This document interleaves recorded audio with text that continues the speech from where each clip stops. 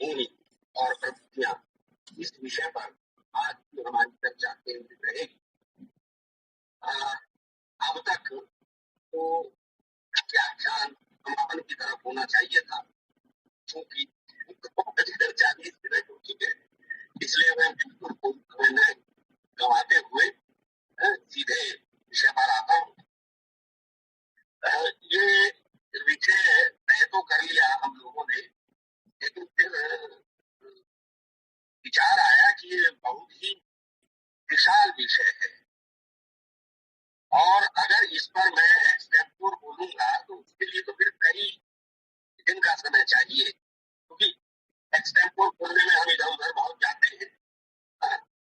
तो इसलिए मैंने सोचा, हालांकि ऐसा मैं कभी करता नहीं, शायद ये पहली बार है कि मैं लिखित पढ़ना चाह रहा हूँ आपके बीच, ताकि पूरा पॉइंट रहे, विद्यार्थियों के काम आए। मुझे प्रोफेसर राठौर ने कहा कि खास तौर से हमें विद्यार्थियों का ध्यान रखना है, यह विशेषज्ञों के लिए नहीं है व्याख्यान। हो सकता है उनके लिए कोई बात हो, लेकिन मेरा तो हमेशा ये दावा रहा है कि मैं ऐसा कोई दावा नहीं करता कि कोई नई बात आपसे, कोई मौलिक जमीन आपके सामने रखूंगा, ऐसा कुछ नहीं। मैं तो सदा से ये मानता हूं कि परंपरा से मैंने जो ग्रहण किया है, बस अपने ढंग से मैं उसे आपके समक्ष प्रस्तुत कर देता हूं। वह राठौर जी जैसे मित्रों को पसंद आ जाता है तो लगता है कि हाँ चलिए आज का श्रम सार्थक हुआ। तो खैर मैं इस विषय पर आगे बढ़ते हुए अपनी बात को शुरू करता हूं यहीं से कि साहब, हिंदी साहित्य में जब हम भक्ति साहित्य कहते हैं या भक्ति काल कहते हैं, तो वह कोई अकेली होने वाली या हिंदी क्षेत्र में या हिंदी भाषा समाज के भीतर घटित होने वाली कोई अकेली घटना नहीं है, बल्कि भक्ति साहित्य या हिंदी का भक्ति साहित्य समूचे भारतीय भक्ति आंदोलन का एक हिस्सा है, एक भाग है। और यह जिस काल में हमारे यहाँ हम हिंदी में कहते हैं कि यह भक्ति काल है, केवल उसी काल में अचानक फूट पड़ा हो ऐसा नहीं है, बल्कि इसकी एक लंबी सुदीर्घ परंपरा भारतीय चिंतन में प्राप्त होती है। लेकिन हम किसी भी काल को उसकी मुख्य धारा के आधार पर, मुख्य चलन के आधार पर पहचानते हैं। चित्त वृत्तियों के अनुसार बदलते हुए साहित्य के रुझानों को रेखांकित करता है साहित्य इतिहास। तो हम उस आधार पर हिंदी में 14वीं शताब्दी के मध्य से लगभग, जिसे आप कहेंगे 1350 ईस्वी के आसपास से 17वीं शताब्दी के मध्य तक, यानी 1650 ईस्वी के आसपास तक के काल को हिंदी साहित्य में, हिंदी साहित्य के इतिहास में भक्ति काल या पूर्व मध्य काल कहा जाता है। इस काल का समग्र साहित्य मध्यकालीन भक्ति आंदोलन की काव्यात्मक परिणति है और उस व्यापक जन जागरण के प्रेरणा सूत्र इसमें छिपे हैं, जिसने मध्यकालीन राष्ट्रीय और सांस्कृतिक संक्रमण को झेलने की शक्ति भारतीय समाज को प्रदान की। भक्ति की इस प्रधानता के कारणों के रूप में इतिहासकारों ने 3 विचार प्रस्तुत किए। मैं 3 इसलिए कह रहा हूं कि एक विचार को मैं छोड़ दे रहा हूं जो ईसाई विचारकों का है या ग्रियर्सन इत्यादि का है, जिन्होंने यह कहा कि क्रिश्चियनिटी से प्रभावित होकर भारत में भक्ति साहित्य या हिंदी में भक्ति साहित्य की रचना हुई, अब यह सिद्धांत या यह मान्यता पूरी तरह से निरस्त हो चुकी है, इसलिए मैं उसे तो कहीं गिन ही नहीं रहा। मैं बात शुरू करता हूं आचार्य रामचंद्र शुक्ल से। आचार्य रामचंद्र शुक्ल ने यह माना है कि इस युग में मुस्लिम शासकों का आधिपत्य हो जाने के कारण हिंदू जाति अवसाद का अनुभव करने लगी थी।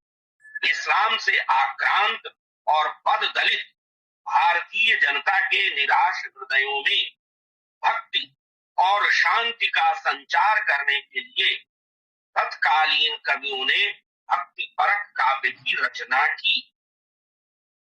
वे यानी शुक्ल जी यह मानते हैं कि भक्ति का मूल स्रोत दक्षिण भारत था।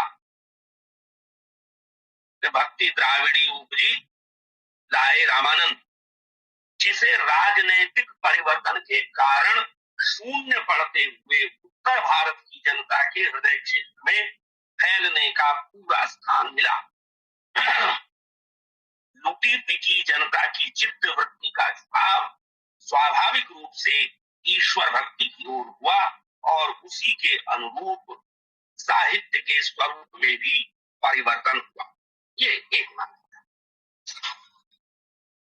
दूसरी मान्यता के अनुसार भक्ति आंदोलन हिंदी साहित्य में केवल तत्कालीन प्रतिक्रिया के रूप में नहीं उभरा,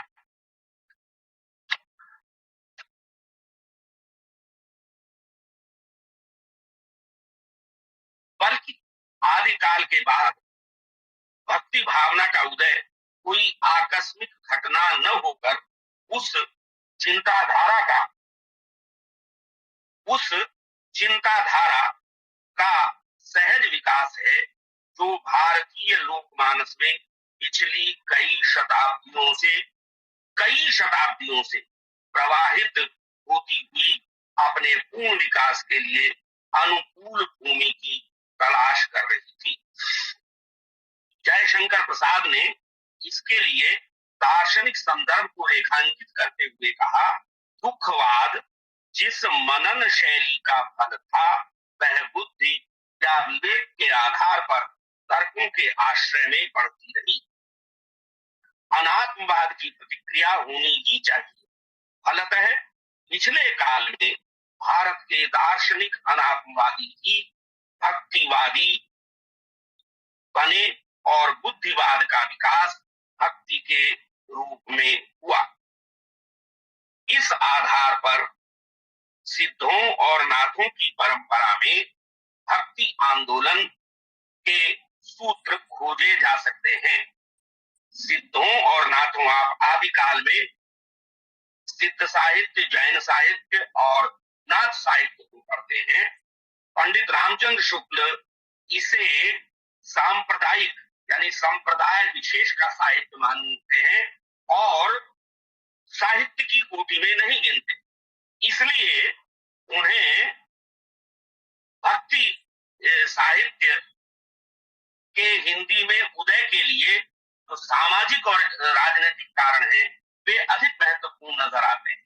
लेकिन अगर हम आदिकाल के इस तथाकथित संप्रदाय परक साहित्य यानी सिद्ध, जैन और नाथों के साहित्य को साहित्य की कोटि में गिने तो इसके आधार पर सिद्धों और नाथों की परंपरा में भक्ति आंदोलन के सूत्र खोजे जा सकते हैं।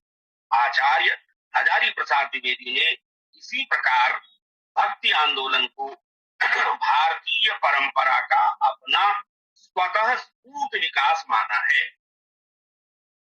ये हिंदी के भक्ति साहित्य के मूल में बौद्ध तत्ववाद को निहित मानते हैं और जोर देकर कहते हैं कि लोक के स्तर पर पहुंचकर बौद्ध धर्म लोक धर्म बना और धीरे धीरे निर्गुण तथा सगुण भक्ति धाराओं का प्रेरक तत्व बन गया।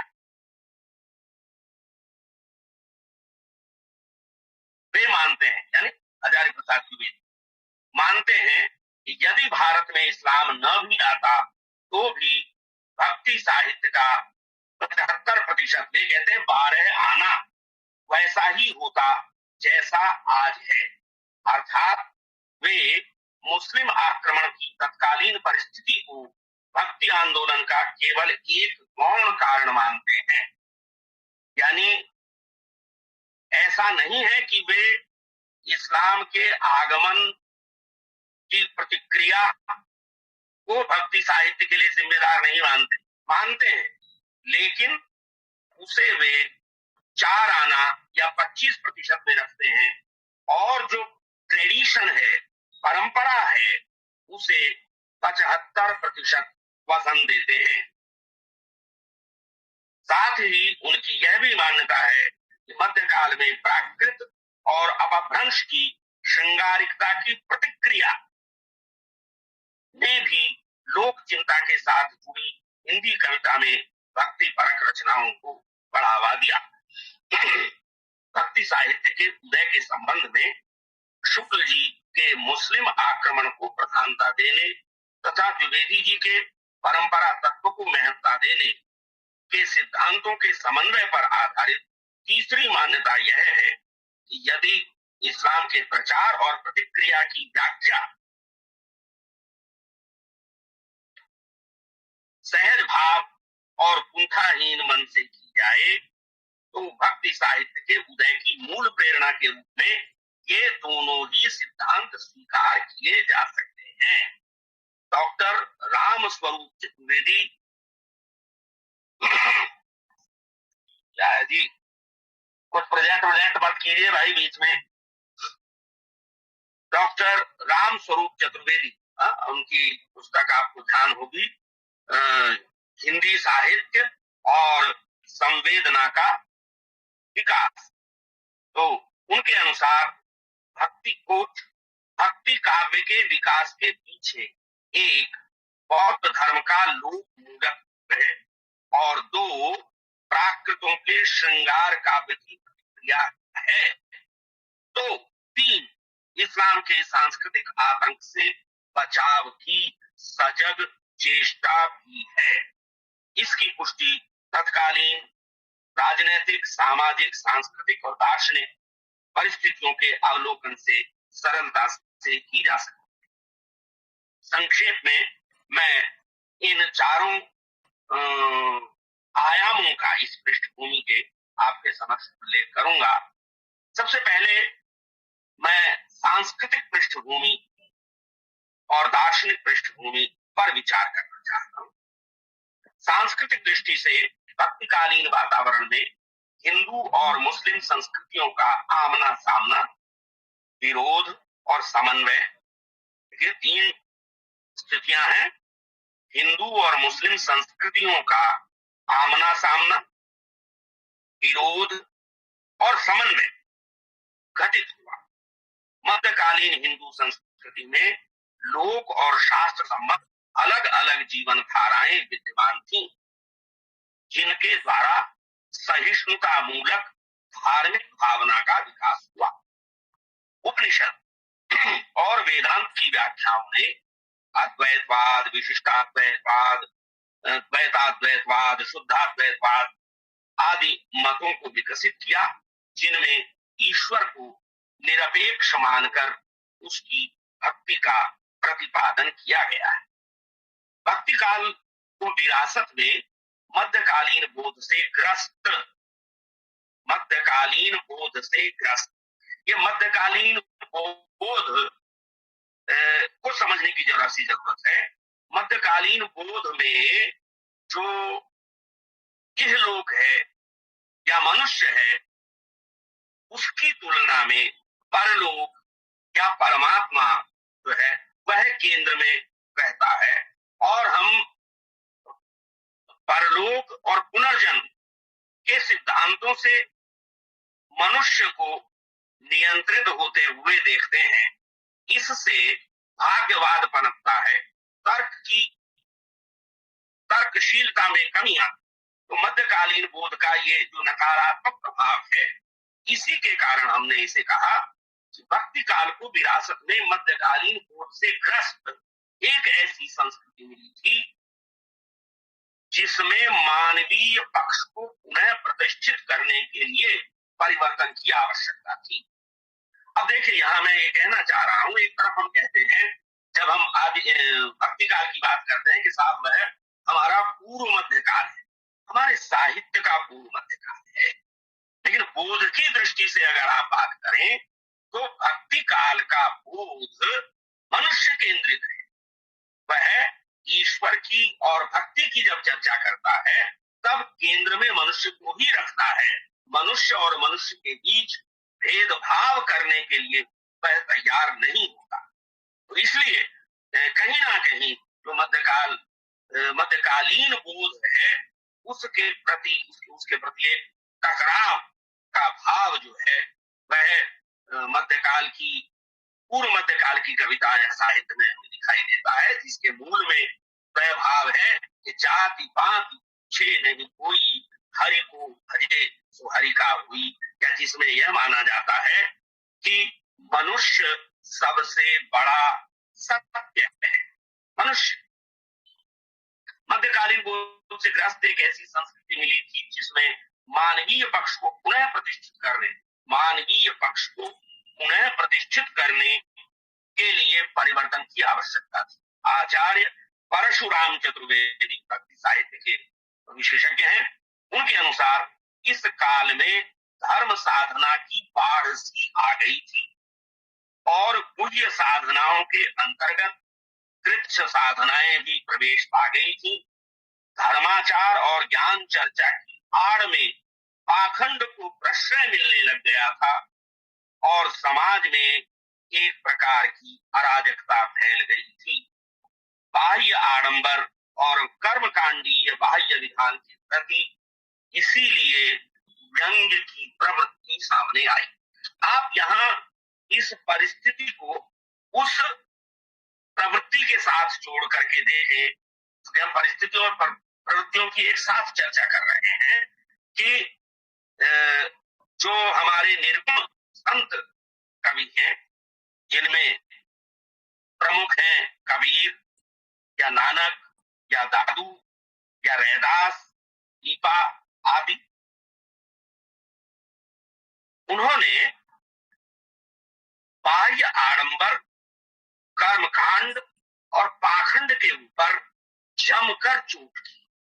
एक तरह से जो हिंदी का भक्ति साहित्य है उसके आरंभ में हमें कबीर के रूप में एक ऐसा रचनाकार खड़ा दिखाई देता है जिसकी कल्पना हमारे मन में यह है कि शायद वो हाथ में लुखाटी लिए, लकड़ी लिए हमेशा रहते थे कि कबीरा खड़ा बाजार में लिए लुकाठी हाथ, क्या हम घर जा रहा अपना लिया लुकाठा हाथ, मैंने अपना घर जला लिया है और हाथ में जलती हुई लकड़ी लिए हुए हूं, अब घर जा रहा ताश का, तो चले हमारे साथ।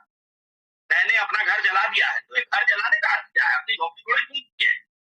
घर जलाने का यहाँ अर्थ वही है कि जो पाखंड की एक धारा चल पड़ी थी जिसमें हमारी शुद्ध पहचान जो है वह मलिन हो रही थी, उस पूरे आवरण को जला दिया। और यदि तुम्हें मेरे साथ आना है तो पहले इन पाखंडों को, बाह्य आचार को जलाकर आना होगा। आप अगर जाएंगे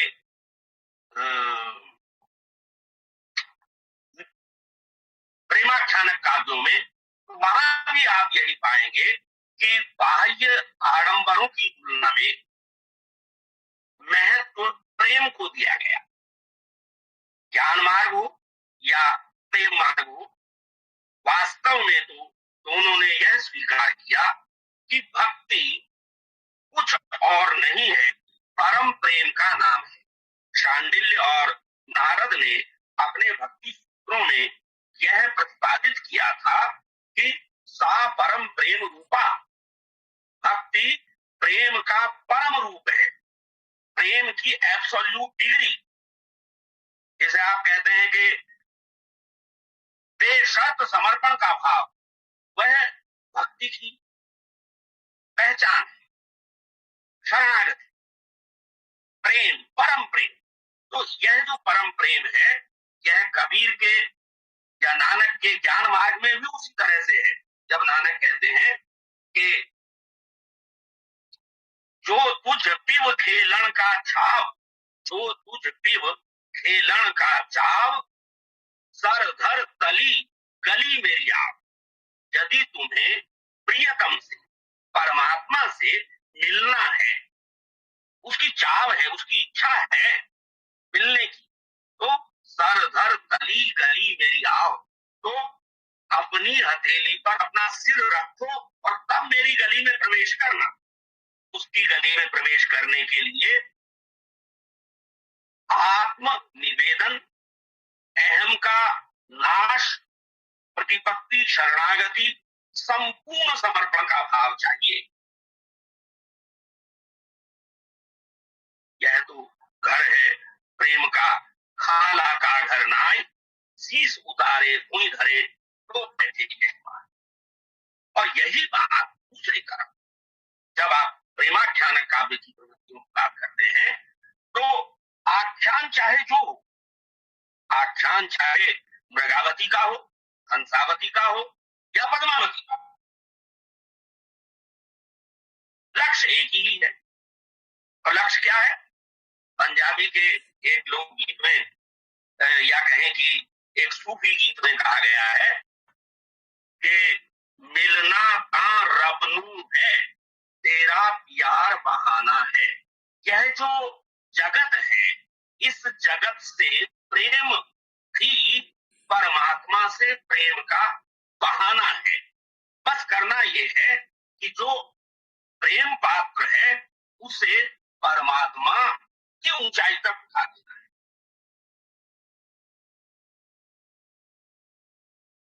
और रतन सेन जैसा साधक पद्मिनी को पाने के लिए यही करता है।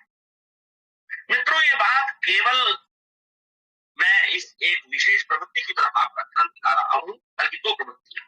एक तो यह कि यह जो ज्ञान और कर्मकांड का पाखंड था, उसे काटने की बात भक्ति साहित्य ने कही, और दूसरी ओर प्रेम की स्थापना की। अब जब इस प्रेम की स्थापना की बात आती है, इस प्रवृत्ति को आप निर्गुण से आगे ले जाकर अब सगुण पर घटित करके देख सकते हैं। आप कृष्ण को लें, कृष्ण यानी सूरदास को लें, कृष्ण भक्ति जो धारा है उसे लें, तो सूरदास में आप पाएंगे कि जब कृष्ण यह देखते हैं कि उद्धव को ज्ञान का गर्व हो गया है और उद्धव समझते हैं कि प्रेम के द्वारा परमात्मा को नहीं पाया जा सकता, बल्कि प्रेम परमात्मा से विमुख कर देता है, तो वे उद्धव को ब्रज भेजते हैं। और जब ब्रज जाते हैं उद्धव, तो वहां से क्या सूत्र लेकर आते हैं? वहां से यही सूत्र लेकर आते हैं कि प्रेम ही परमार्थ को पाने का सबसे बड़ा मार्ग है।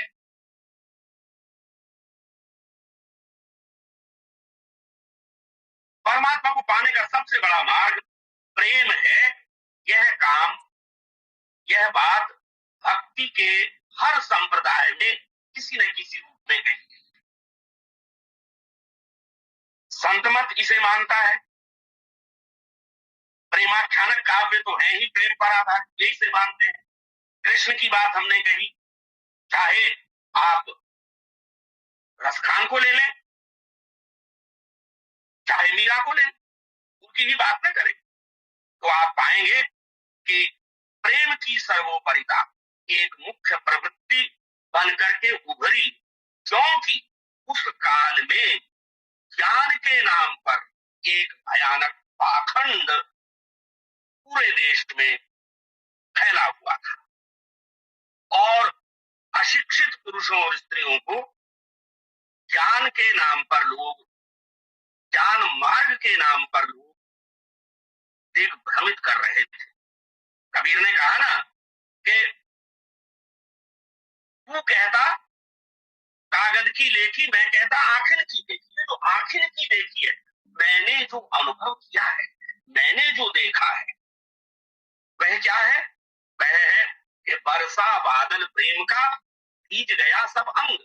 कि मैंने अपने ध्यानावस्था में यह अनुभव किया कि ईश्वरीय प्रेम का बादल जब बरसता है तो सब कुछ उसमें सराबोर हो जाता है।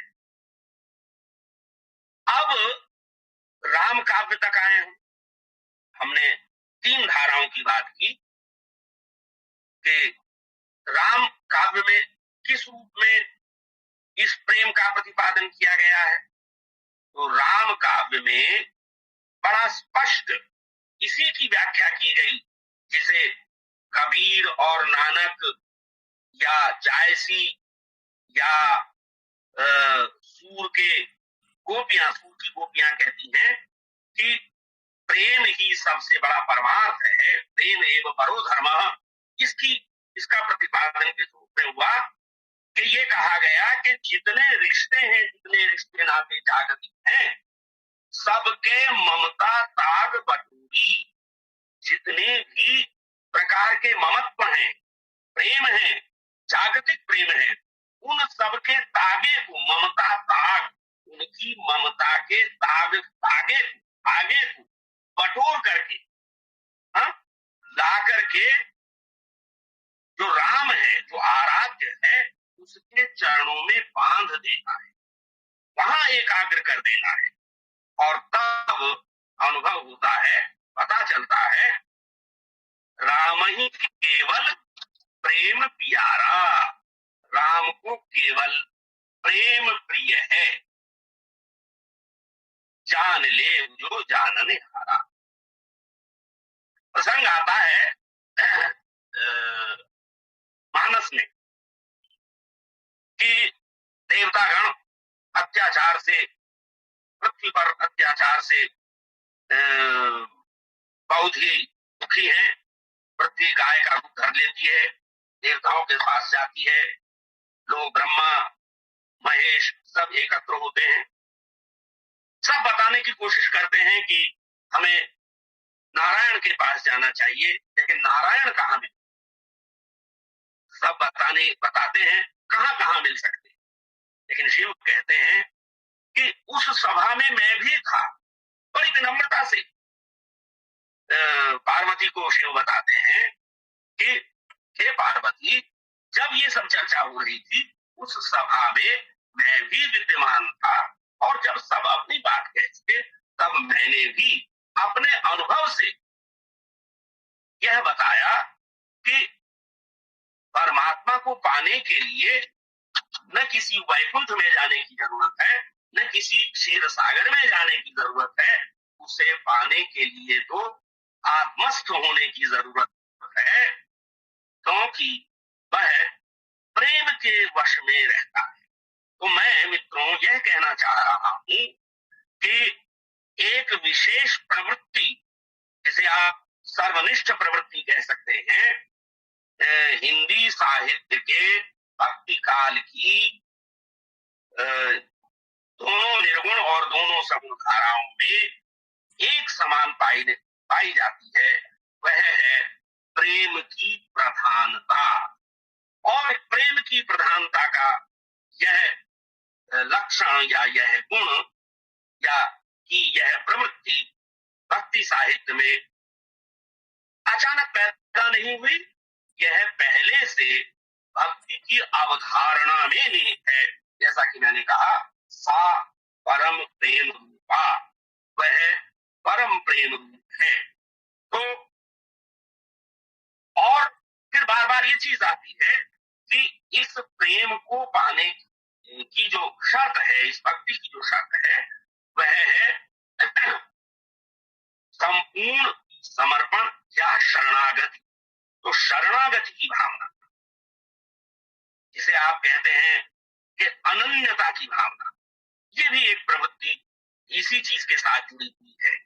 कि एक भरोसो एक बल, एक आस विश्वास, एक राम घन श्याम हित, चातक तुलसीदास। कबीरदास क्या कहते हैं?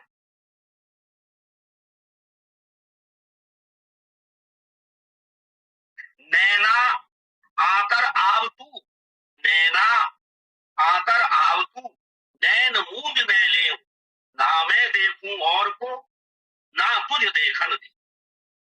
यह जो अनन्यता का भाव है, अनन्य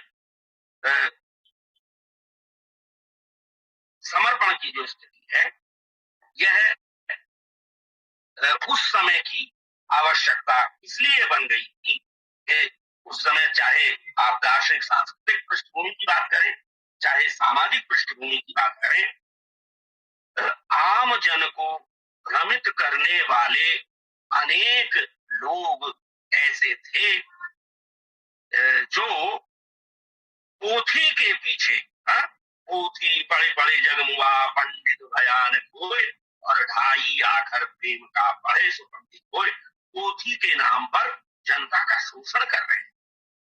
तो ज्ञान को या परमात्मा को पोथी से मुक्त करके प्रेम से युक्त किया, यह एक मुख्य प्रवृत्ति मुझे रेखांकित करने योग्य दिखाई देती है। सारे के सारे भक्ति साहित्य, अब हम थोड़ा सा आगे बढ़ेंगे, हम दार्शनिक जो पृष्ठभूमि है थोड़ी सी चर्चा उसकी कर देंगे कि मध्यकालीन भक्ति आंदोलन भारतीय इतिहास की अन्यतम घटना है जिसने पूरे भारतीय जनमानस को कई शताब्दियों तक प्रभावित किया। आप जानते हैं कि कम से कम 400 साल का तो हमारा भक्ति साहित्य का इतिहास है। हिंदी का भक्ति साहित्य 400 साल का है, लेकिन अगर आप अन्य भारतीय भाषाओं के साथ जाएंगे और पीछे की तरफ चलते जाएंगे तो आपको तमिल में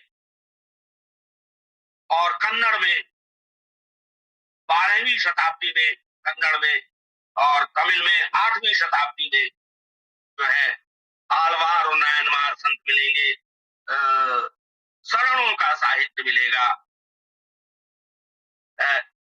उस सब का प्रभाव, एक तरह से समेकित प्रभाव लेकर के दक्षिण से जो आचार्य उत्तर गए, उन्होंने एक दार्शनिक पीठिका का भक्ति साहित्य के निर्माण किया। हम उसकी चर्चा करना चाह रहे हैं।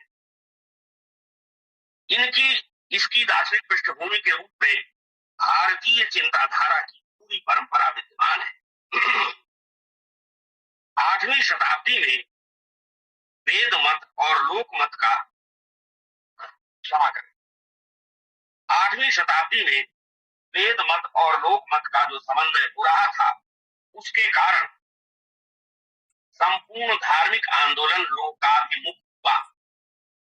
महत्वपूर्ण यही है भक्ति काल में कि भक्ति ने जो पारलौकिकता की बात थी, उस परलोक को लोक के साथ जुड़ा, लोकाभिमुख किया। एक और बिहार संस्कृति में पल्लवित बौद्ध धर्म का क्रमशः पतन हुआ तथा दूसरी ओर शंकराचार्य ने ज्ञान प्रधान आध्यात्मिक और औपनिषदिक परंपरा का पुनरुत्थान किया। ब्रह्म के साक्षात्कार के इस ज्ञान प्रधान मार्ग के अतिरिक्त आलवार भक्तों द्वारा समर्पण प्रधान भक्ति मार्ग का प्रचार किया गया। दक्षिण के कई आचार्यों ने गीता, उपनिषद और ब्रह्म सूत्र के आधार पर भक्ति के सिद्धांत की स्थापना की। 9वीं शताब्दी के अंत में पुंडरीकाक्ष, पुलकनाथ, लक्ष्मीनाथ और यामुनाचार्य ने आलवार भक्तों की वाणी का प्रचार प्रसार किया। उपनिषद, ब्रह्म सूत्र और गीता पर शंकराचार्य के भाष्य के आधार पर प्रतिष्ठित अद्वैतवाद ज्ञान मार्ग का मुख्य सिद्धांत बना। ब्रह्म सूत्र की अलग अलग व्याख्याओं ने भक्ति मार्ग की अलग अलग धाराओं को जन्म दिया। रामानुजाचार्य ने ब्रह्म सूत्र का भाष्य करते हुए विशिष्ट अद्वैतवाद का प्रतिपादन किया। उन्होंने जीव और जगत को स्वतंत्र होते हुए भी ईश्वर के अधीन माना और दास्य भाव की भक्ति का प्रचार। इन्हीं की शिष्य परंपरा में रामानंद हुए। उन्होंने जाति पाति से निरपेक्ष भक्ति का मार्ग सबके लिए खोला। जाति पाति से निरपेक्ष भक्ति का मार्ग, भक्ति के इस मार्ग में न ऊंच नीच के लिए स्थान है और न ही स्त्री और पुरुष का भी भेदभाव है। उन्होंने राम के यानी ब्रह्म के निर्गुण और सगुण दोनों स्वीकार किया। ये निर्गुण और सगुण का जो झगड़ा है, हम जो भेद करके अलग अलग चलते हैं, वास्तव में रामानंद इस भेद को नहीं मानते। जो निर्गुण है, जो अज है, जो अजन्मा है, जो निर्विकार है, उसमें साकार होने की योग्यता क्षमता भी निहित है। और फिर यह कि मनुष्य मात्र में ईश्वरत्व की संभावना है। इस बात को किसी न किसी रूप में जो हमारी चारों धाराएं हैं, संत मत, सूफी मत, कृष्ण भक्ति और राम भक्ति, चारों ही धाराएं किसी न किसी रूप में स्वीकार कर। यह अलग बात है कि निजी आग्रहों के कारण कोई रचनाकार किसी प्रकार के भेदभाव को किन्हीं अवसरों पर स्वीकार करता हो, लेकिन भक्ति के स्तर पर वह भेदभाव नहीं। रामानुजाचार्य के अतिरिक्त मध्वाचार्य ने द्वैतवाद और माधुर्य भाव की उपासना का प्रतिपादन किया।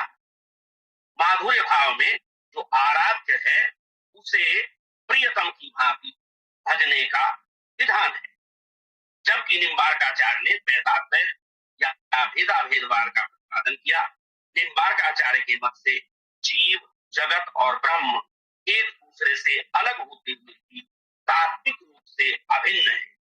जीव और जगत का अस्तित्व ईश्वर की इच्छा के अधीन है तथा जीव और ईश्वर का संबंध अंश और अंशी का है। ईश्वर अंश, जीव अविनाशी, तुलसी ने कहा। उनके अनुसार कृष्ण परात्पर ब्रह्म है। उन्होंने राधा की उपासना पर विशेष बल दिया। निम्बार्काचार्य ने राधा वल्लभ संप्रदाय और हरिदास की सखी संप्रदाय इसी से प्रेरित है। तो भक्ति काल की दार्शनिक पृष्ठभूमि में विष्णु स्वामी के रुद्र संप्रदाय में हुए वल्लभाचार्य के शुद्ध अद्वैत का महत्वपूर्ण स्थान है। आप जानते हैं ये दास के गुरु थे। इसे ब्रह्मवाद भी कहते हैं। वल्लभाचार्य ने शंकराचार्य के मायावाद का खंडन करते हुए ब्रह्म की सर्वव्यापकता स्वीकार की और पुष्टिमार्गीय भक्ति का विकास किया। इसमें भगवत अनुग्रह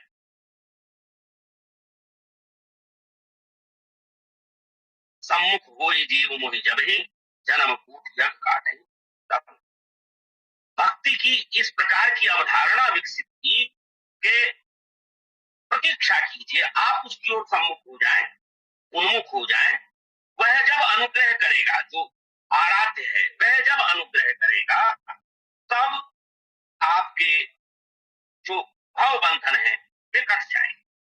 तो इसमें भगवत अनुग्रह प्राप्त करने के लिए सर्वस्व समर्पण किया जाता है। श्रीमद् भागवत की नवधा भक्ति, नवधा भक्ति में श्रवण, कीर्तन, स्मरण, पाद सेवन, अर्चन, वंदन, दास्य, साक्ष्य और आत्मनिवेदन, ये 9 प्रकार की भक्ति शामिल है। इसके साथ वल्लभाचार्य ने पुष्टि मार्ग में 10वें प्रकार की भक्ति जोड़ी, जिसे माधुर्य भाव की भक्ति कहा जाता है। और चाहे गोपियां हो, चाहे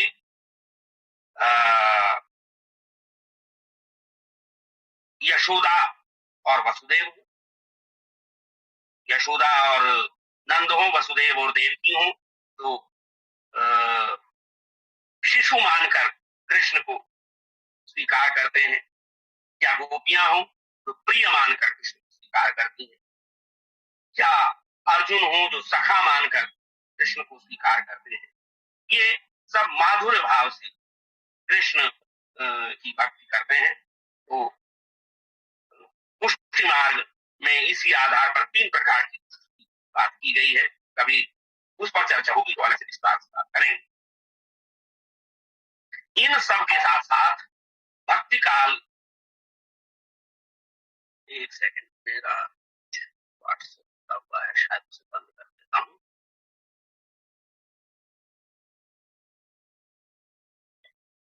यस, इन सब के साथ साथ भक्ति काल की दार्शनिक पृष्ठभूमि के निर्माण में, अब देखिए ये बड़ी महत्वपूर्ण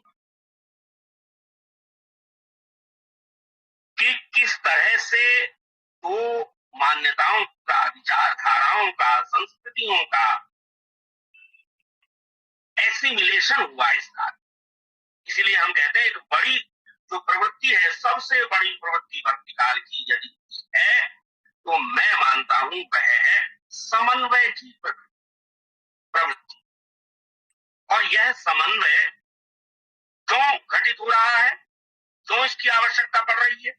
एक तो जो भारतीय समाज है वह पहले से मध्यकाल में अनेक टुकड़ों में, मतांतरों में, संप्रदायों में बंट गया था। दूसरे, जो बाहर से एक मत आ रहा था वह कुछ भिन्न प्रकार की मान्यता लेकर आ रहा था। भक्ति साहित्य ने दोनों का समन्वय किया। तो इस दार्शनिक पृष्ठभूमि के निर्माण में इस्लाम के एकेश्वरवाद, परमात्मा एक है, और मोहम्मद साहब उसके एकमात्र पैगंबर है, संदेश वाहक है। ला इलाहा इल्लल्लाह मोहम्मद उर रसूलुल्लाह। परमात्मा की जो एकता है, अल्लाह अकबर, ईश्वर ही महान है, एकमात्र ईश्वर महान। यह जो एकेश्वरवाद की जो धारणा है, इसका एक नकारात्मक पक्ष यह है कि मेरा ही ईश्वर ईश्वर है, तेरा ईश्वर ईश्वर नहीं। ये जो चीज है, इसने एक धर्म विजय की आकांक्षा को जन्म दिया कि साहब मेरा धर्म धर्म है, तुम्हारा धर्म अधर्म है, कुफ्र है, और कुफ्र को मिटाना, अधर्म को मिटाना, विधर्म को मिटाना ही धर्म है। यह जो भाव लेकर के किसी न किसी में विदेशी आक्रांता भारत में आए, भक्ति आंदोलन ने उसकी इस आक्रामकता को रेत करके और अद्वैतवाद के साथ ये एक समन्वय जो है बड़ा घटित हुआ। और इससे, जैसा मैंने आरंभ में कहा था, 3 स्थितियां, दो धर्मों का पहले आमना सामना होता है, टकराव होता है नंबर 2 पर, और नंबर 3 पर वे दोनों ही आपस में एक दूसरे से कुछ स्वीकार करते हुए एक सह अस्तित्व और समन्वय की दशा में पहुंचने की कोशिश करते हैं। भक्ति आंदोलन किसी न किसी रूप में दार्शनिक स्तर पर इसे घटित करते हुए दिखाना चाहता है, चाहे वह निर्गुण भक्ति हो। निर्गुण भक्ति में ज्ञान मार्ग में जो ईश्वर की सर्वोपरिता की बात है, या फिर आप प्रेम मार्ग की बात करें तो प्रेम मार्ग या सूफी मार्ग जो है वह सूफियों के अनल हक माने मैं खुदा हूं, मैं ही ईश्वर, इस विचार को लेकर के आता है। आप देखें कि ये दोनों विचार, चाहे एक ईश्वरवाद का विचार हो या मैं ही ईश्वर हूं यह विचार हो, कहीं ना कहीं जो भारतीय परंपरा में पहले से स्वीकृत विचार था,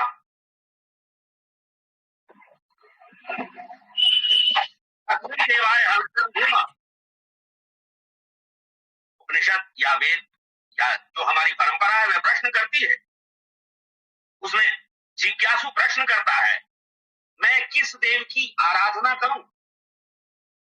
और इसका सबसे सुंदर उत्तर है तत्त्वमसि, तत्त्वमसि, वह तुम ही हो।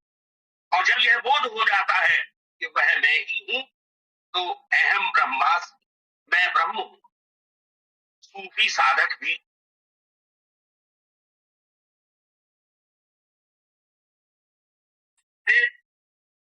वे अपनी मान्यता के लिए शहीद हो गए।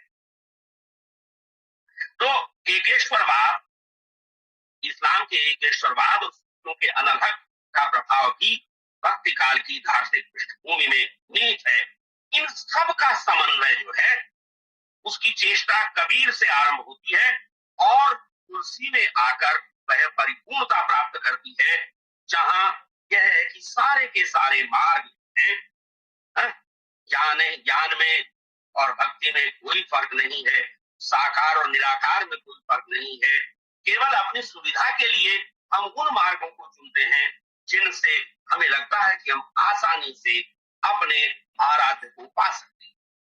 तो ये जो प्रवृत्ति है समन्वय की प्रवृत्ति, जिसके कारण हम कहते हैं कि यदि हिंदी साहित्य का आदि भक्ति काल स्वर्ण काल कहा जाता है, तो उसका मुख्य कारण यही है कि वह ईश्वर और मनुष्य तक का समन्वय करता है, ज्ञान और कर्म और भक्ति का समन्वय करता है, व्यक्ति और समाज का समन्वय करता है, और साथ ही विविध जो धर्म की आराधना प्रणालियां हैं उन सब का भी समन्वय करता है, शैव और वैष्णव का समन्वय करता है। इस प्रकार हिंदी के संत काव्य, प्रेमाख्यानक काव्य, राम भक्ति काव्य और कृष्ण भक्ति काव्य पर अद्वैतवाद, विशिष्टाद्वैतवाद, द्वैताद्वैतवाद, शुद्धाद्वैतवाद और एक सीमा तक इस्लाम का प्रभाव पड़ा। मित्रों, अभी तक मैंने आपके समक्ष सांस्कृतिक और दार्शनिक पृष्ठभूमि की चर्चा की और कैसे यह पृष्ठभूमि भक्ति काल की कुछ मुख्य प्रवृत्तियों की प्रेरणा बनती है, इस पर चर्चा की। अब बड़ी महत्वपूर्ण जो चीज बनती है, ये तो परंपरा की बात है, लेकिन जो तत्काल की स्थितियां थी, जैसा हम बार बार कहते हैं कि जो युगीन परिस्थितियां हैं, जो युगीन परिस्थितियों के द्वारा बनने वाली जनता की चित्त वृत्ति है, वह साहित्यकारों को किसी विशेष प्रकार के साहित्य की रचना के लिए प्रेरित करती है, विशेष प्रकार की प्रवृत्तियों को जन्म देती है। तो हमें इस दृष्टि से उस समय की राजनीतिक और सामाजिक परिस्थितियों को भी एक बार देखना होगा और देखेंगे कि किस प्रकार से वे भी किन्हीं प्रवृत्तियों के रूप में घटित। अच्छा, यहाँ एक बात और मैं कहकर के इस राजनीतिक और सामाजिक की तरफ पढ़ूंगा कि चाहे कबीर हो, चाहे तुलसी, यानी कबीर से लेकर तुलसी तक हम चारों धाराओं को ले लेते हैं, एक विशेष प्रवृत्ति जो है हमें इन सभी रचनाकारों में और देखने को समनिष्ठ मिलती है, वह है गुरु की महिमा।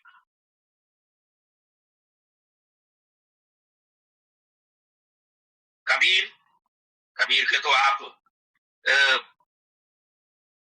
यानी पहली कक्षा से ही जान जाते हैं कि कबीर ने ही वो कहा था, गुरु गोविंद करे काके लागू पाए, बलिहारी गुरु आपने गोविंद दियो बताए। या जब आप जायसी में जाते हैं तो बिना हीरामन तोते के पद्मिनी और रतन सेन का मिलना संभव नहीं है। बिना हीरामन तोते के जो नागमती का गोरख धंधा है उससे मुक्त नहीं हुआ जा सकता।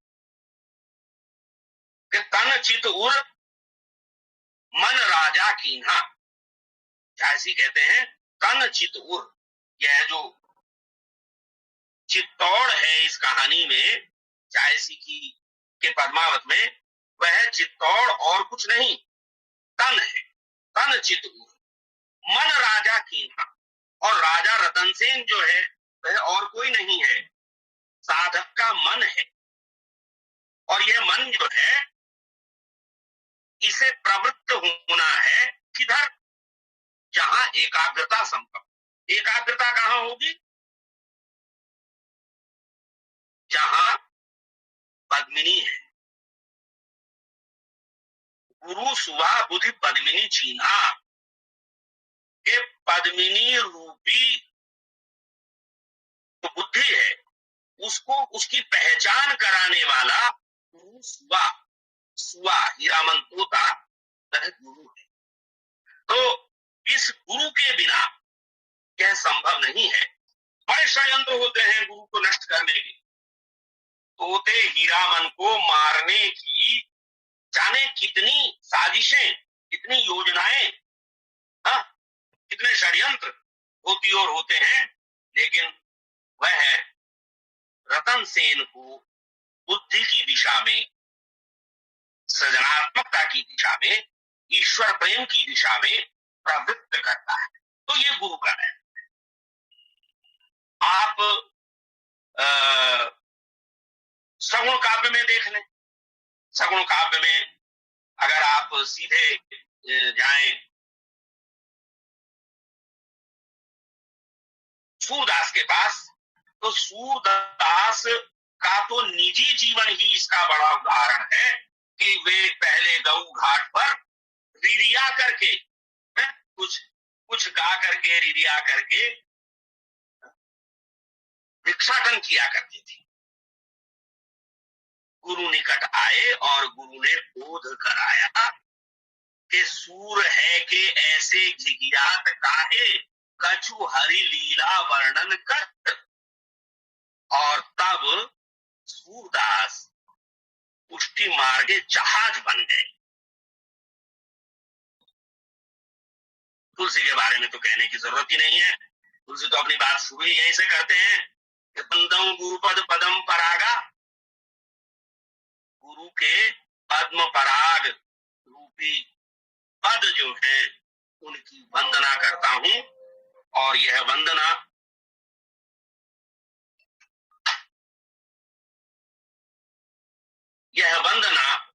इसलिए आवश्यक है कि गुरु पद नख मणिगन जूती, गुरु के पैरों के नाखून की जो ज्योति है वह मणिगण के समान है, और उसके द्वारा हृदय में एक ऐसा विवेक पैदा होता है जिसके कारण जहां कहीं जो कुछ बहुमूल्य छिपा हुआ है, जहां जो गुप्त प्रगट जह जो खानिक, जो कुछ भी मुक्ति की खान है वे सब प्रकट हो जाती है। सारे मोती, सारे रत्न, अर्थात ईश्वरीय अनुभूति भी तभी प्राप्त होती है जब गुरु के द्वारा उस मार्ग का दर्शन कराया जाए।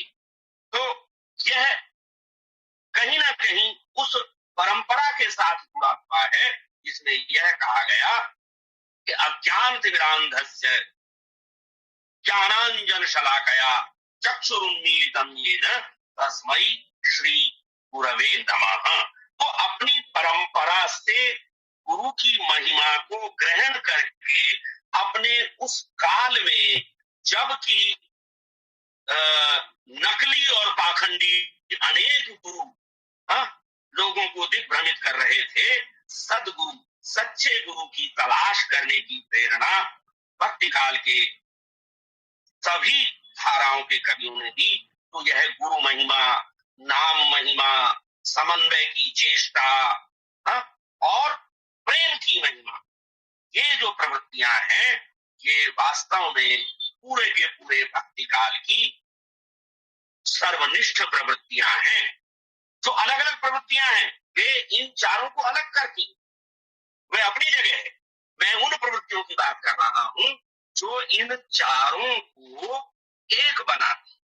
अध्ययन की सुविधा के लिए हम इनके विभेद जो हैं उनको जानते हैं, समझते हैं, पढ़ते हैं, लेकिन यह पूरा का पूरा जो एक वृत्त बनता है चारों धाराओं को मिला करके, उसमें नाम महिमा, गुरु महिमा, प्रेम की प्रधानता या पराकाष्ठा का भाव, समन्वय की चेष्टा, ये जो है सर्वनिष्ठ प्रवृत्तियां हैं। अब आप से मैं चर्चा करता हूं थोड़ी सी राजनीतिक परिस्थितियों की, संक्षेप में करूंगा, बड़ा विस्तृत है राजनीतिक परिस्थितियां। 400 साल की राजनीतिक परिस्थितियों की अगर बात करें तो हम केवल अगर आरंभ बिंदु और अंत बिंदु यानी जो 1350 के आसपास क्या घटित हो रहा था और 1650 के आसपास क्या हो रहा था उसे देख लें तो बीच के सारे इतिहास को आप जानते हैं। राजनीतिक दृष्टि से भक्ति काल के एक छोर पर मोहम्मद तुगलक और दूसरे छोर पर शाहजहां की सत्ता विद्यमान है। अर्थात यह काल भारतीय इतिहास का वह महत्वपूर्ण समय है जिसमें दिल्ली सल्तनत में तुगलक वंश से लेकर मुगल वंश तक का आधिपत्य रहा। अब एक एक जो शासक हैं उनकी चर्चा करना मैं आवश्यक फिलहाल नहीं समझता। मैंने इसीलिए कहा कि हम यह समझ लें कि तुगलक वंश से लेकर और औरंगजेब के आगमन तक का समय जो है वह भक्ति काल के दौरान का समय है। और इसी बीच वह घटना होती है कि बाबर ने अफगान सरदार दिलावर खान का आमंत्रण पाकर आगमन किया। बाबर के आगमन के साथ दिल्ली में मुगल शासन की स्थापना हुई। राणा सांगा सहित कई हिंदू मुस्लिम शासकों सूबेदारों को जीतकर वह शीघ्र ही उत्तर भारत का सर्वसमावेशी शासक बन गया। इसके बाद हुमायूं की असामयिक मृत्यु के कारण उनके पुत्र अकबर को 13 वर्ष की उम्र में ही दिल्ली की सत्ता मिल गई।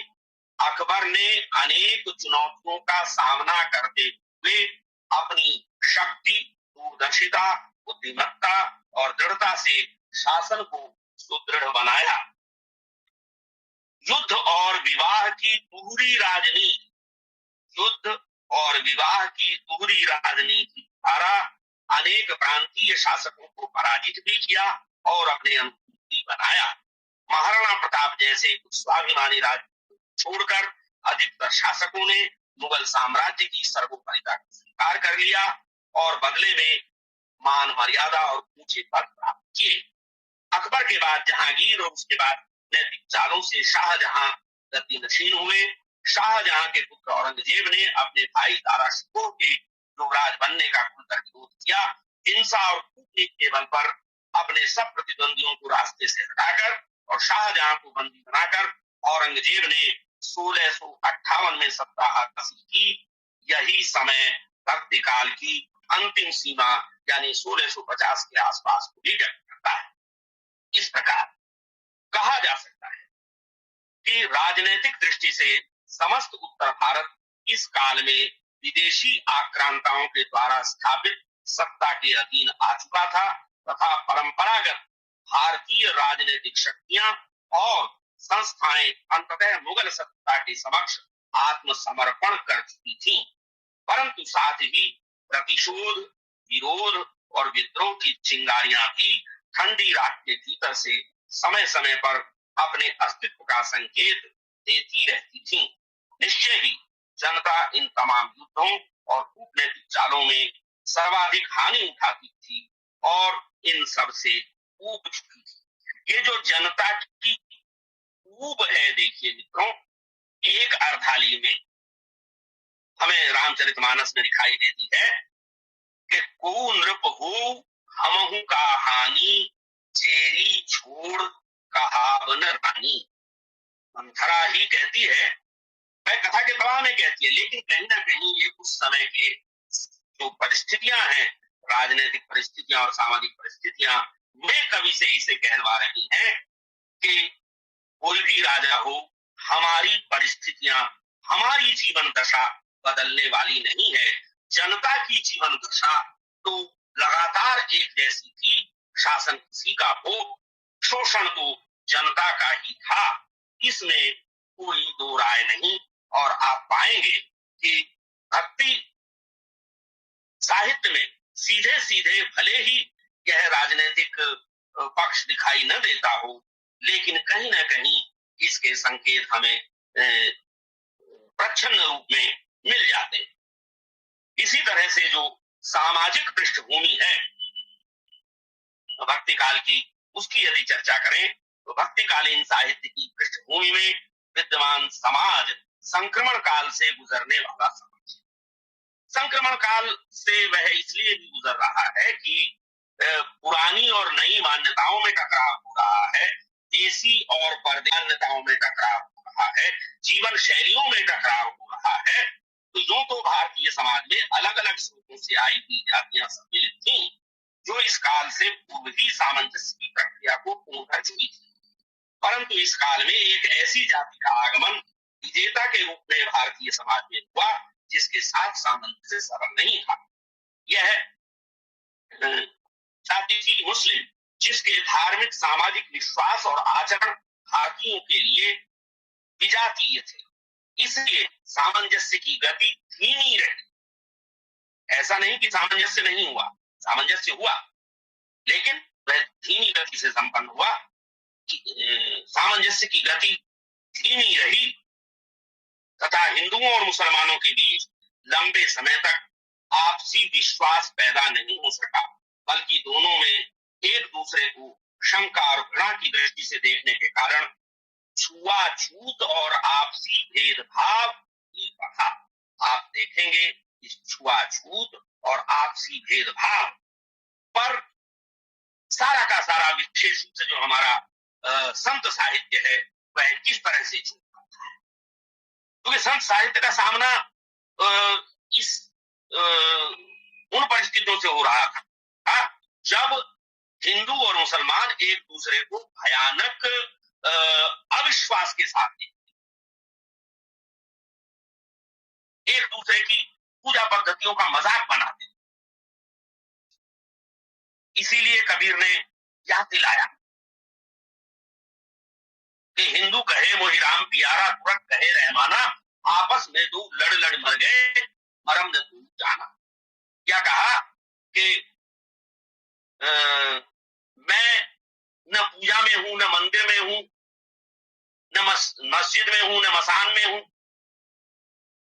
मैं पल भर की तलाश में मिल सकता हूं, पल भर की तलाश में मिल सकता हूं, बशर्ते कि मुझे तुम अपने भीतर तलाशो। वह परमात्मा तिल के ओले छिपा हुआ है, तिल की ओट में।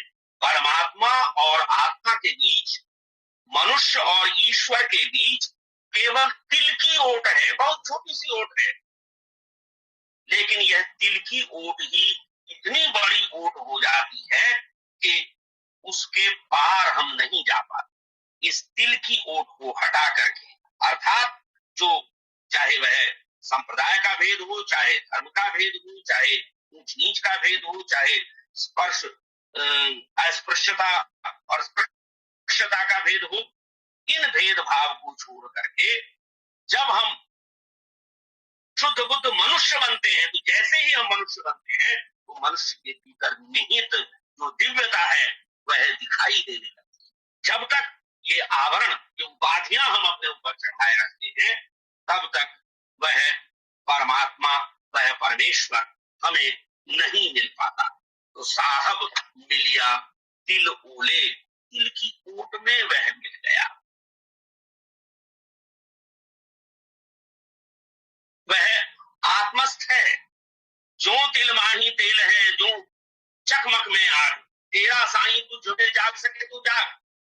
जो विभिन्न संप्रदाय हो, चाहे ऊंच हो नीच हो, असली चीज ये है कि सबको छोड़ करके यदि हम अपनी मनुष्यता के स्रोत की तरफ लौटे तो पता चलेगा कि इसके मूल में परमात्मा तत्व निहित है। कस्तूरी कुंडल बसे मृग ढूंढे बदमान, ऐसे घट घट राम है, दुनिया या प्रेम है, दुनिया देखे नाय। हिंदू धर्म जहां वर्णाश्रम व्यवस्था पर टिका हुआ था, जिसकी जकड़बंदी के कारण समाज का विकास अवरुद्ध हो रहा था, वहीं इस्लाम धर्म भाईचारे का संदेश देकर चला, जिसमें धर्म परिवर्तन द्वारा कोई भी शामिल हो सकता था। यह धर्म परिवर्तन धार्मिकता के आधार पर होता तो शायद अच्छा रहता, परंतु स्वार्थ, बल और भय के कारण इस काल में जो धर्म परिवर्तन की घटनाएं हुई वे इतिहास का हिस्सा है। उनसे हिंदू समाज में भीषण आशंका और आतंक का प्रसार हुआ। इसलिए हिंदुओं के समक्ष अपनी कुलीनता को बचाने की चुनौती पैदा हो गई, जिसने कट्टरता को बढ़ावा दिया। दूसरी ओर कुछ मुस्लिम शासकों का हिंदू जनता के साथ क्रूरता और भेदभाव का व्यवहार होने कुछ मुस्लिम शासकों का हिंदू जनता के साथ क्रूरता और भेदभाव का व्यवहार होने के कारण ही जनता को इस्लाम का संदेश बंधुता की अपेक्षा क्रूरता से भरा ही लगा। अनेक मुस्लिम शासकों की स्वेच्छाचारिता, कट्टरता और पाखंड प्रियता ने भी हिंदू मुस्लिम सामंजस्य स्थापित होने में बाधा उत्पन्न की। लेकिन चूंकि जो भक्ति आंदोलन के तमाम नेता थे, चाहे रामानंद से लेकर के, जिन्हें हम कहते हैं कि समूची मध्यकालीन भक्ति चेतना के वे स्वाभाविक गुरु हैं, रामानंद से लेकर हिंदी क्षेत्र के यदि हम इन कवियों की बात करें, कबीर और उनके साथ के सारे निर्गुण पंथ के कवि, चायसी और उनके साथ के सारे सूफी कवि, सूर और कृष्ण की भक्ति करने वाले तमाम रचनाकार, और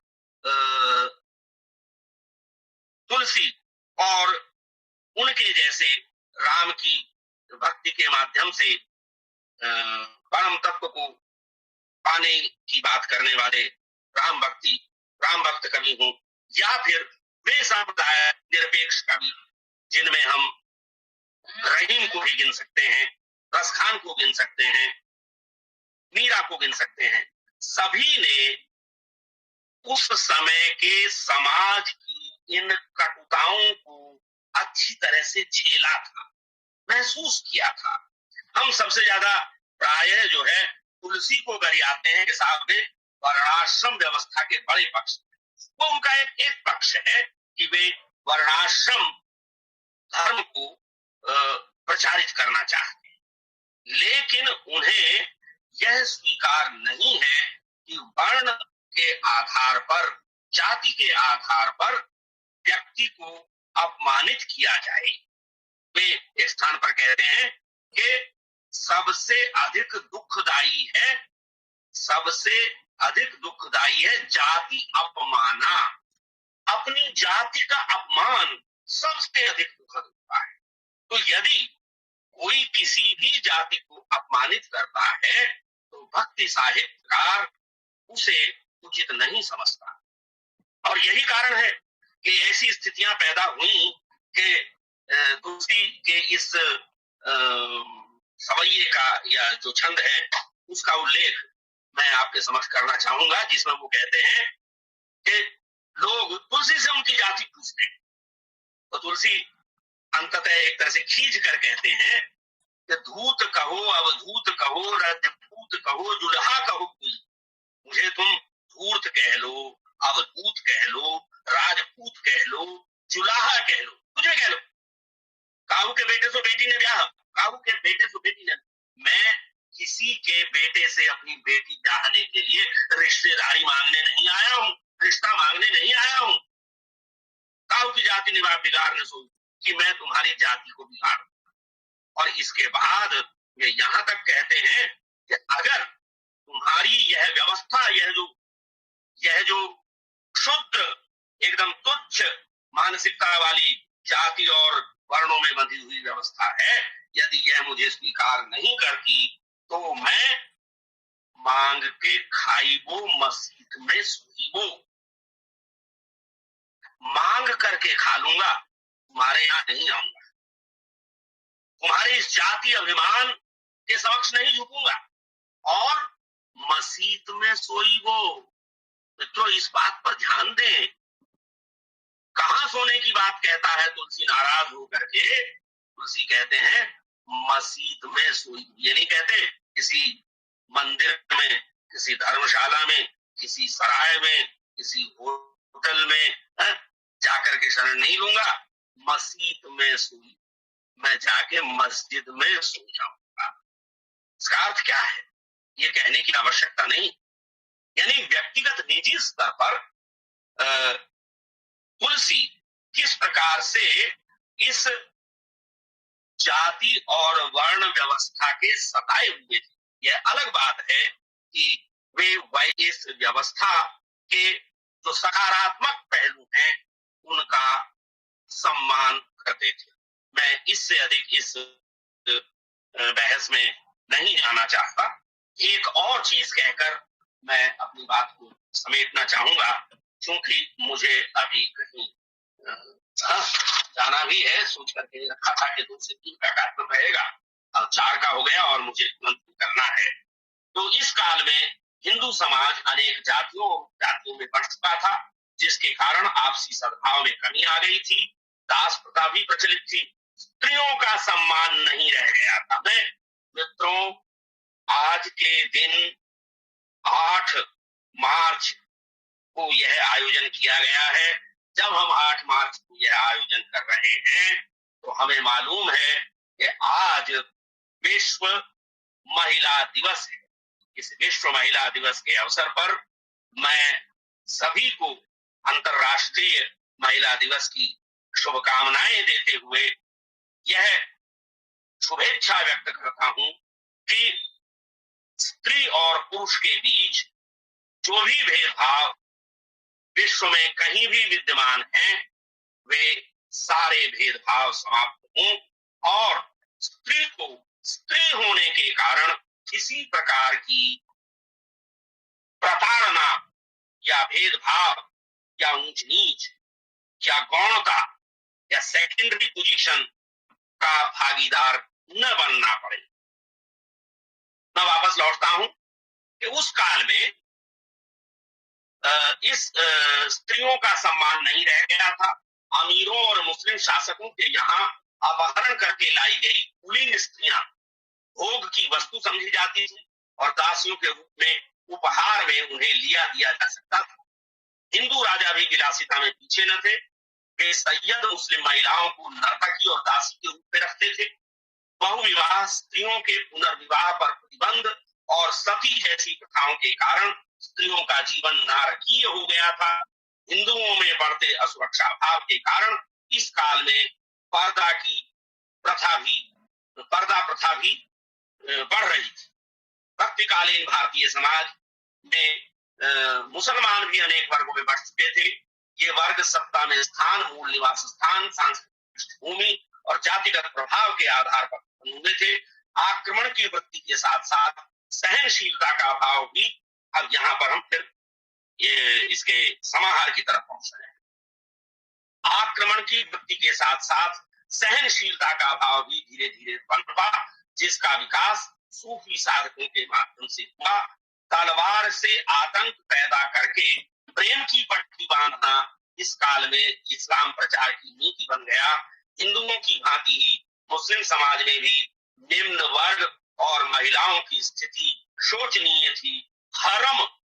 अंतःपुर हरम प्रथा के कारण मुस्लिम औरतें भी नारकीय जीवन जी रही थी। मैं असल में इसी नोट पर अपनी बात को समेटना चाहता हूं कि स्त्रियों की जो यह दशा थी, इसका हमें प्रतिबिंब उस काल के भक्तिकाल के साहित्य में दिखाई देता है। अब संतों के लिए तो और भक्तों के लिए इस तरह की साधना पद्धति उन्हें दी गई थी कि यह मानते थे कि भाई, कबीरदास को ले हम, नारी की झाई पर अंधा होत भुजंग और तिनको कहा हवाल है नित नारी के संग। कि स्त्री की परछाई पड़ने से सांप भी अंधा हो जाता है। निरंतर उनका संग करने वाले पुरुषों का हाल क्या होगा। ये साधना की बात है, वहां तक ठीक है। हमें देखना होगा कि कबीर ने 2 प्रकार की स्त्रियों की बात की है। एक ये प्रमदा स्त्री है, तो स्त्री का जो प्रमदा या भोग्या रूप है वह हमारे भक्ति साहित्य के किसी भी धारा के कवि के लिए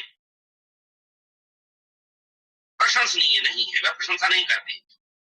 लेकिन स्त्री का एक दूसरा रूप है जो उसका मातृत्व वाला रूप है, जो उसका पतिव्रता वाला रूप है, जो उसका समर्पणशीलता वाला रूप है, जो उसको उसका एक तरह से पूर्ण मनुष्य वाला रूप है।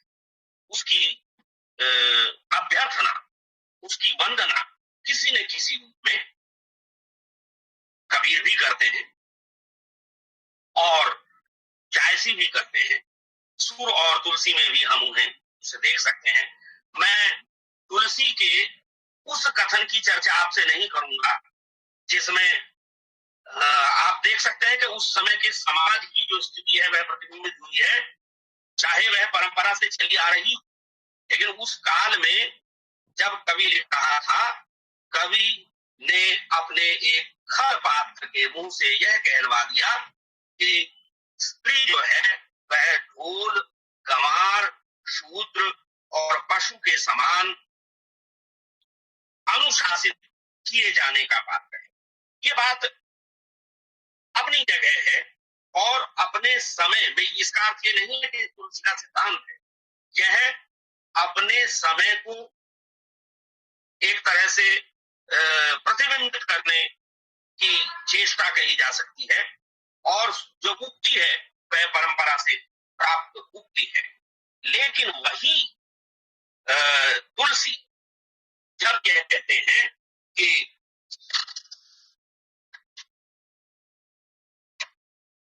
कत विधि नारी सृजी जगमाही पराधीन मुख नाही, तो कहीं ना कहीं वे अपने तई उस जमाने में स्त्री विमर्श की नींव रख रहे हैं। स्त्री पात्र के मुंह से ही उन्होंने कहलवाया, जो पार्वती की माता जी हैं। पार्वती की माता यह कहती हैं कि ईश्वर ने स्त्री की रचना ही क्यों की? यदि उसे स्वतंत्रता प्रदान नहीं करनी थी, यदि उसे सृजन, चयन और वर्ण की स्वतंत्रता प्रदान नहीं करनी थी, तो फिर क्यों ईश्वर ने स्त्री की रचना की? स्त्री को उसने पराधीन बना दिया।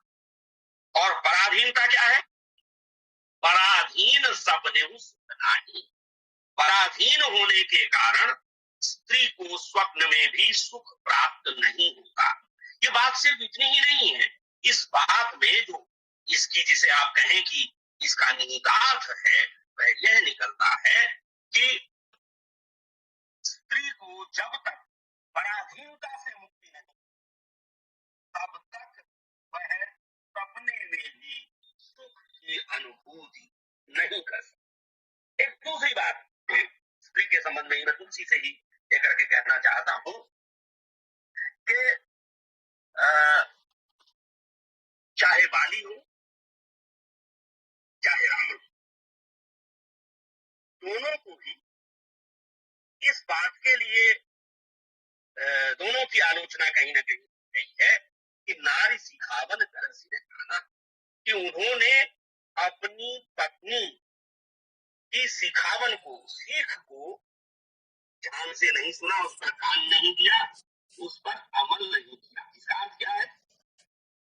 कवि यह कहना चाहता है कि परिवार में पत्नी का जो मत है, पत्नी का जो विचार है, पति को उस पर विचार करना चाहिए, उस पर ध्यान देना चाहिए, उसके अनुसार आचरण करना चाहिए, अन्यथा उसकी गति बाली और रावण जैसी हो सकती है। मित्रों, मैंने आपसे कहा कि समय की सीमा है और 1 घंटे का समय मैंने आपसे मांगा था या दिया गया था, उससे अधिक ही चर्चा की और कोशिश ये है कि मैं पृष्ठभूमि की चर्चा करते हुए उसे प्रवृत्तियों के साथ जोड़ता चलूं और अंततः बस यही कहना चाहूंगा कि हिंदी साहित्य, भले ही हम उसे अलग अलग धाराओं में बांट करके लिखते हों, अपनी मूल चेतना में, अपनी मूल प्रवृत्तियों में एक जैसा है। और ये मूल प्रवृत्तियां फिर से दोहराने की आवश्यकता नहीं है। मैंने उनकी तरफ ही इशारा किया कि वे प्रेम की प्रधानता से लेकर समन्वय की चेष्टा तक, व्यक्ति के जीवन से लेकर समाज तक के समन्वय की जो बात है, और मनुष्य को ऊंचा उठाने की, मानवीय चेतना के उन्नयन की जो बात है, उसके कारण यह साहित्य उत्कृष्ट और महान है। मित्रों, इसी के साथ मैं आपको प्रणाम करूंगा और आपसे विदा भी लूंगा, क्योंकि मुझे कुछ अन्य व्यस्तता है। धन्यवाद।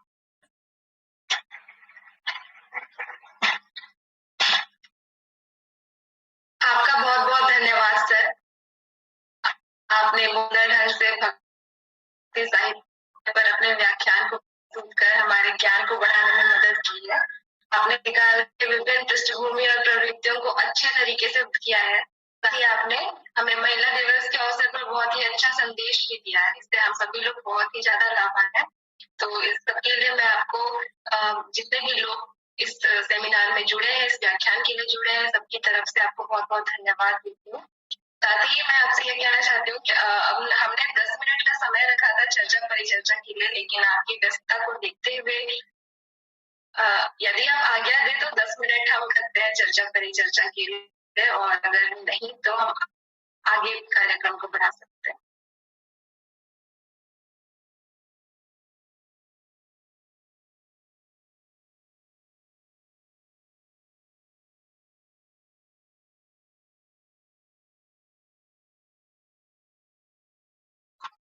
अंजना सर ऑलरेडी लेव कर चुके हैं।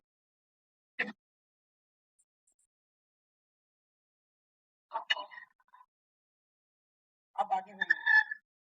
तो अभी मैं धन्यवाद ज्ञापन की ममता कर।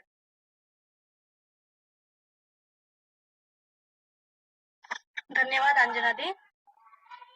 आप सभी को मेरा नमस्कार। अंग्रेजी एवं विदेशी भाषा विश्वविद्यालय हिंदी विभाग के तत्वाधान में भक्ति साहित्य पृष्ठभूमि और प्रवृत्तियां विषय पर आयोजित आज के इस राष्ट्रीय व्याख्यान के अंतिम चरण में अब हम उपस्थित हैं।